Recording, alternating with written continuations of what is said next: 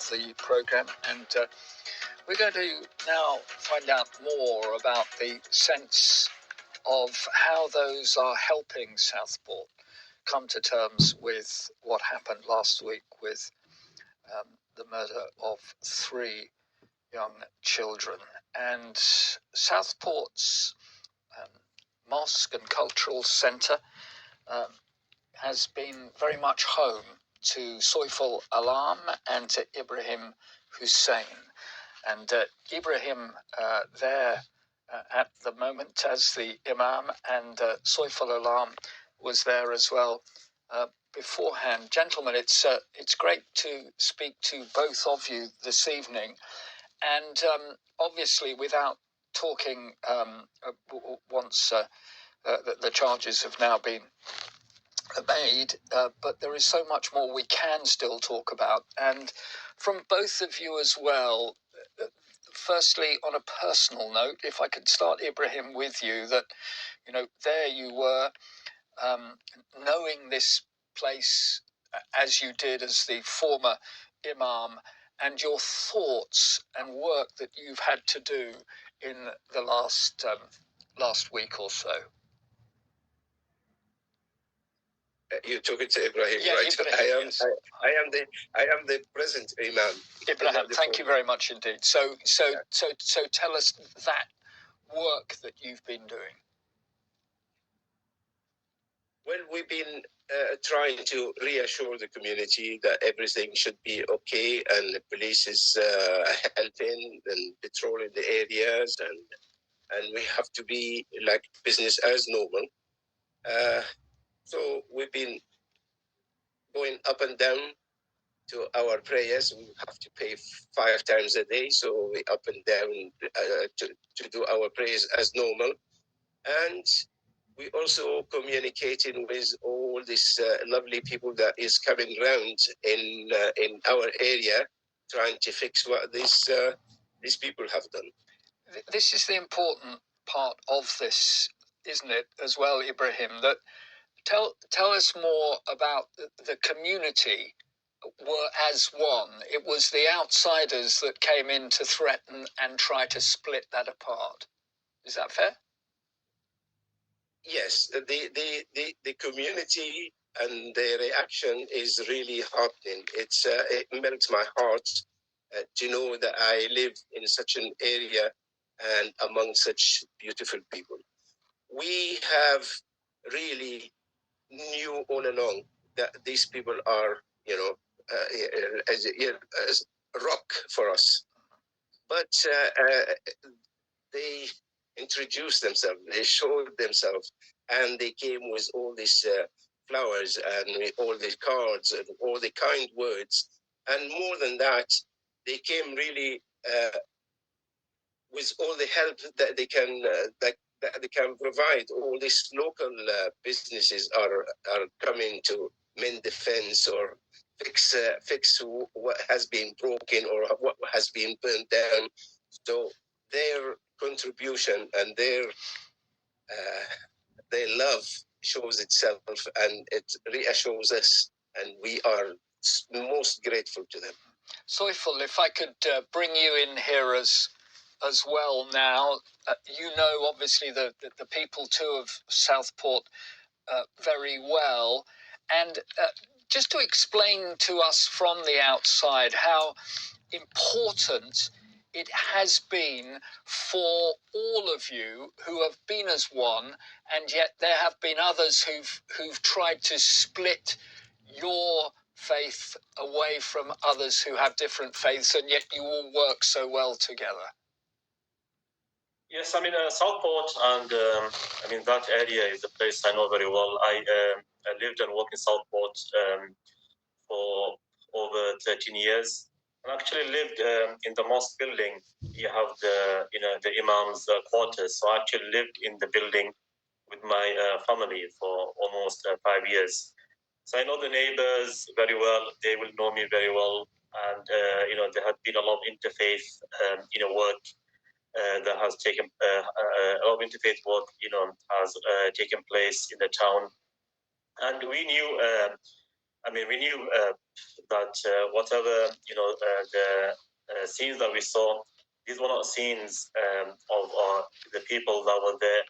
They were not people from that area. It was, clear to anybody who lives in that area that they were not people who lived, locally. And because, we know the community, we know each other too well. And I think, the following morning, what we saw, the scenes, the clips that went viral on the world stage, they were very powerful images. And I think it was, a big, you could say, a big slap in the face of those who, came with the intention to sow discord and to create disunity in such a, beautiful and such a quiet place. And the messages that we've received, the emails, the phone calls have been, overwhelming from not only from Southport, but from, all over the country, and even from abroad. We got an email from Australia, from somebody in Egypt who was on holiday, from all over the world. But I think more than anything, the reaction has been very powerful. And for a small town, which was barely known on the world stage or even in the country, I think the town can be proud of itself, and it can be looked upon as an example to others on how to react in the face of adversity, in the face of such disturbances.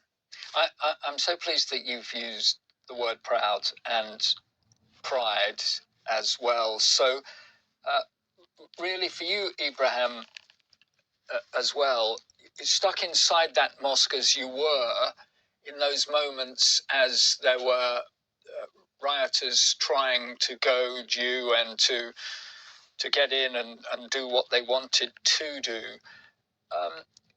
What was that like for you?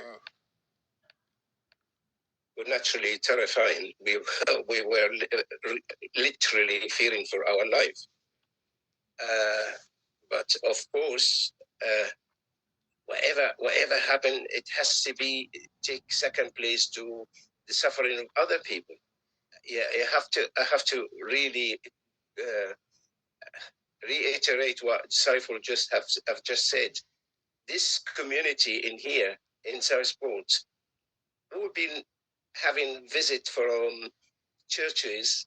50 people at the time. They come in droves, and they come and sit down and have a cup of tea and a bit of biscuit, and then they invite us to their church, and we go and we sit down and we have an excellent time. We are in first name terms with most of these communities.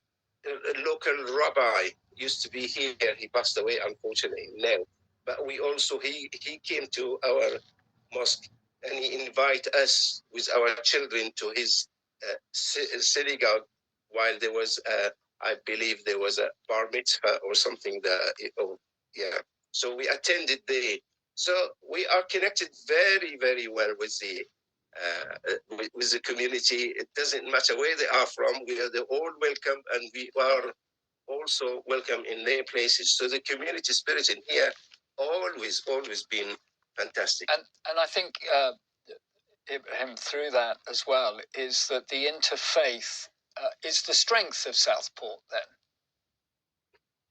I will have to say yes. It is the strength of Southport, and it will carry on being the strength of Southport because we respect each other. It doesn't matter what you believe in, as long as you respect me and I respect you, we can get along together.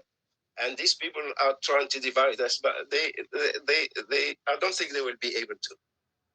Soyful, a word from you too. Obviously, we are all following what has happened. We can't mention what has happened now that somebody has obviously been charged with the murder of those 3 girls and the attempted murder of others. But away from that, with what you're now seeing as we're all hearing about, and the sense of people having their own thoughts on who is to blame for what is happening in this country at the moment and throughout the United Kingdom, what you would like to say at the moment where there is a vulnerability for many of you and those that follow Islam as well, and how you can cope with that? I mean, I think yesterday morning I was on LBC and later on I stumbled across a comment which read that I was mumbling.